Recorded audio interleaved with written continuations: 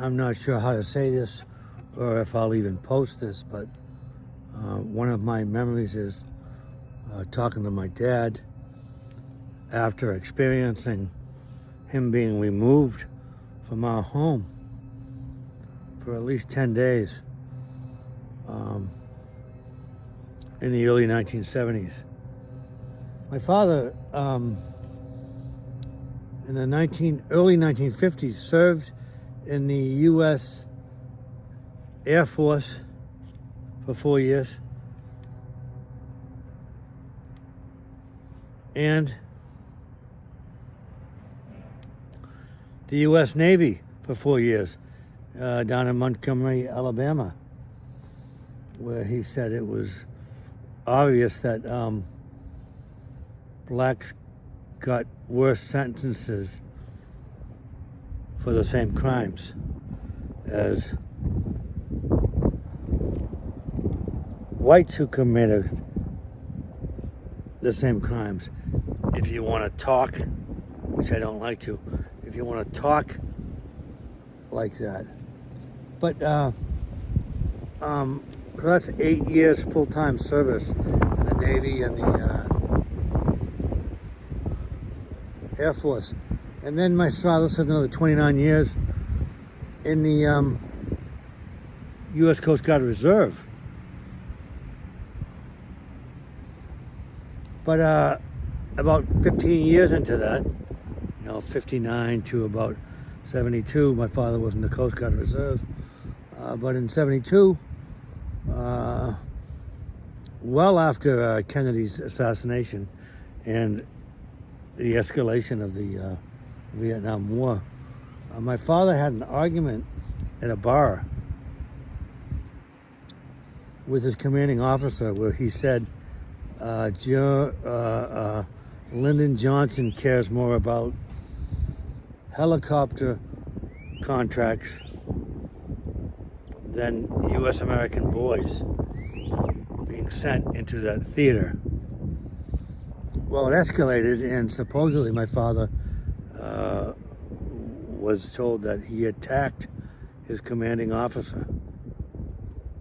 He was put in a straitjacket, and my dad didn't say much about it from my memory, other than that they told him, Mr. Camp, while he was in a straitjacket, if you don't comply, you might never get out of here.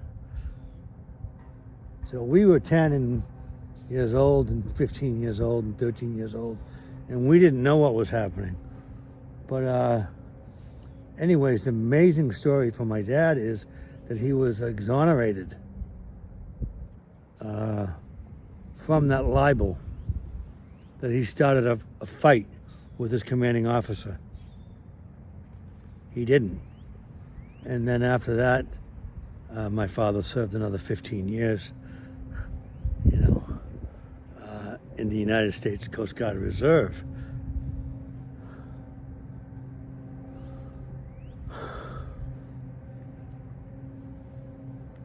So that's weird to know after the fact that your father, my father, was in our family, was attacked for my father saying quite openly the Vietnam War was not just. At the time, he must have been somewhat suspect, less than 10 years after John Kennedy's assassination.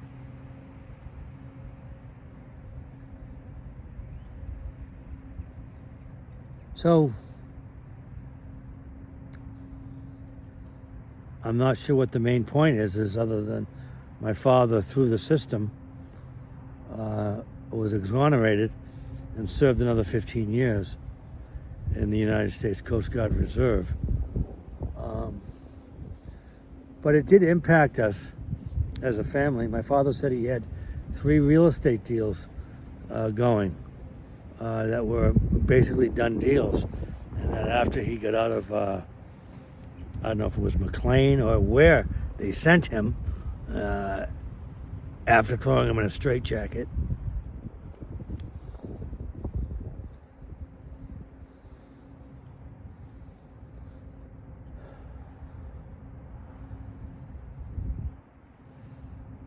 he was completely exonerated and, served out his career and retired after 37 years of military service.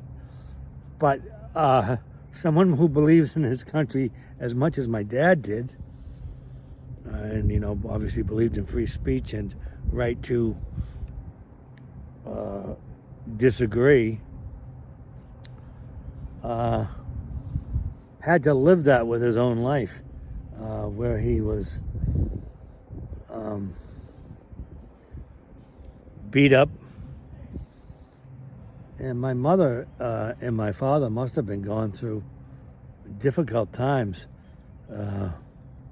because my oldest brother said that my parents were worried about the Vietnam War in the early 1970s and that they didn't want their children to be conscripted, and had even considered moving out of the United States because of the Americans' belligerence in Vietnam, where we sent 2 million boys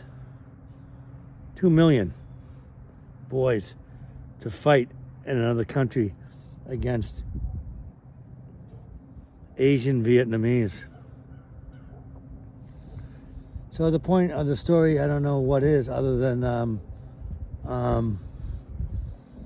many people who we know are going through similar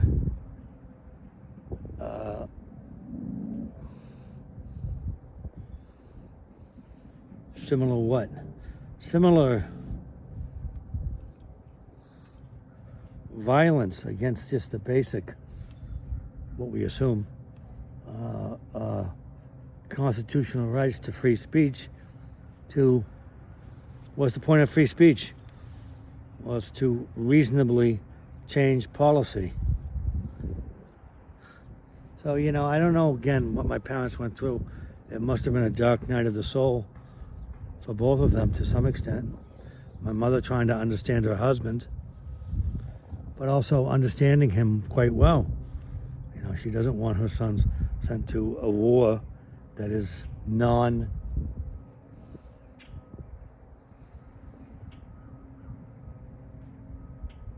that is vicious. And oddly, the strangest part about it, that John Kennedy had dedicated himself to prevent. It was the same day after his assassination, John Kennedy's, that they changed NSAM 263, National Security Agreement Memorandum, which prevented any more Americans into the Vietnam theater, and was changed on the same day as his death by, I think, McNamara. That, how do you say that? That no, now it's okay. We're going to commit 2 million boys over the next 10 years, which is what they did until 1973. And Kissinger and Nixon promoted that, and so did Johnson. My father was in the argument with his commanding officer when he said to him, Lyndon Johnson cares more about his Bell helicopter contracts than he does about American boys sending into a theater, a violent theater, a war theater,